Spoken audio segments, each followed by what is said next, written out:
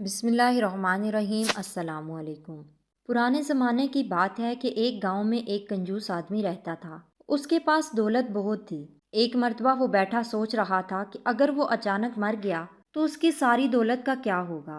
میری ساری دولت اور زمین پر تو لوگ قبضہ کر لیں گے۔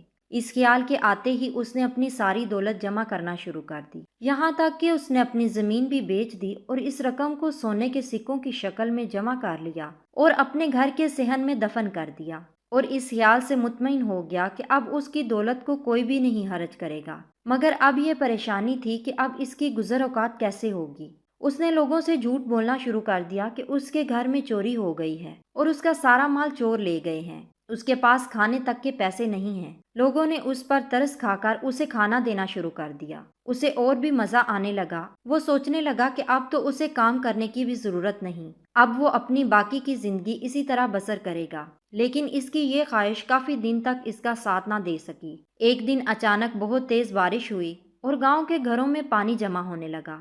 اس کنجوس آدمی کے گھر کے صحن میں بھی پانی جمع ہونے لگا، تو اس نے اپنے صحن کی کھدائی شروع کر دی تاکہ وہ اپنے سونے کے سکوں کے گھڑے کو محفوظ کر سکے۔ مگر بارش اتنی تیز تھی کہ دیکھتے ہی دیکھتے پانی پورے صحن میں جمع ہو گیا۔ وہ اپنی جان بچا کر گھر کے اندر چلا گیا۔ جب بارش کم ہوئی تو وہ صحن میں آیا اور آ کر کیا دیکھتا ہے کہ جہاں اس نے وہ گھڑا دفن کیا تھا وہاں اب کچھ بھی نہیں تھا۔ وہ روتا ہوا ادھر ادھر پھرتا رہا مگر اسے وہ گھڑا نہیں ملا۔ وہ تھک کر واپس آ گیا۔ اتفاق سے اس کا سونے کا گھڑا پانی میں بہتا ہوا ایک کسان کے کھیت میں چلا گیا۔ کسان اس وقت کھیت میں کام کر رہا تھا۔ اس کی نظر جب گھڑے پر پڑی تو وہ بہت حیران ہوا اور پریشان بھی۔ شیطان نے اسے بہت بہکانے کی کوشش کی کہ تم یہ سارے سکے رکھ لو، کوئی بھی تمہیں نہیں دیکھ رہا۔ مگر کسان دل میں یہی سوچ رہا تھا کہ کوئی بھی نہ دیکھے مگر میرا اللہ مجھے دیکھ رہا ہے۔ اس نے گاؤں میں آ کر اعلان کیا کہ یہ گھڑا جس کا بھی ہو آ کر لے جائے۔ سب لوگ اس گھڑے کو دیکھنے کے لیے آئے۔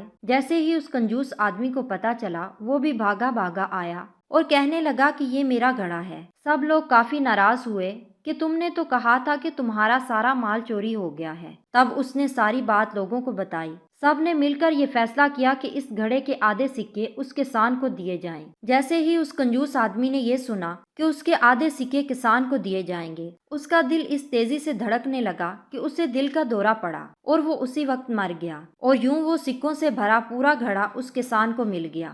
اس کنجوس آدمی کو اس کی کنجوسی کی سزا بھی مل گئی اور ایک ایماندار آدمی کو اس کی ایمانداری کا صلہ بھی مل گیا۔ اسی لیے کہتے ہیں کہ انسان کو اتنی کنجوسی نہیں کرنی چاہیے۔